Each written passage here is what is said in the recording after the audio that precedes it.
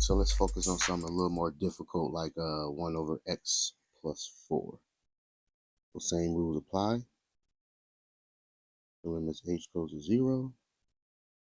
And everywhere I see an x, I'm going to just replace it with x plus h. So x plus h. There's also a positive 4 down that denominator, minus the original function, all over h. So when doing these problems, you want to get a least common denominator. Once you get a least common denominator, then we don't need them anymore. We just focus on the numerators. So the only denominators I see here is x plus h plus 4, x plus 4, and at the bottom, h is the same thing as h over 1. So if you want, you can write a 1, or we don't really need it because 1 times itself is itself. So next step is to force all these denominators to have our least common denominator. So the first one looks like it's missing an x plus 4.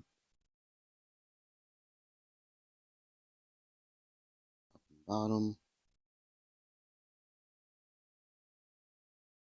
The second one is missing a x plus h plus 4.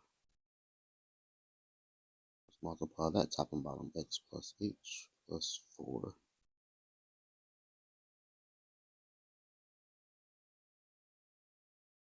This is all over h, and that's missing everything. X plus h plus 4,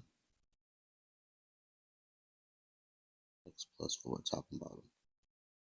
Now I know this looks messy, but the cool part about this is once you use this rule, you don't need the denominators anymore. So let's just focus on the numerators and see what we got left. So the limit as h goes to 0. At the top, you'll get x plus 4. And here, make sure you distribute that negative sign, negative x, negative h, negative 4.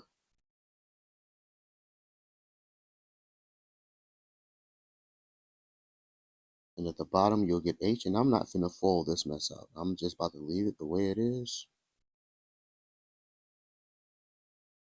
Because the whole point is to try to cancel that h out in front. So, well, what's left for the numerator? We got a positive x, a negative x here, positive 4, negative 4 here. And now we got a negative h over h. And that's just negative 1. So what's really left at the top is just a negative 1 over x plus h plus 4 times x plus 4. Now when we plug in h, we don't get 0 in the denominator. This term here just goes away. And we get negative 1 over x plus 4 times another x plus 4. Well, it's the same thing as negative 1 over x plus 4 squared. And here, let me separate that a little bit. That 4 is going to connect to that plus sign, x plus 4 squared. So again, check me out on the next video so we can do a harder problem.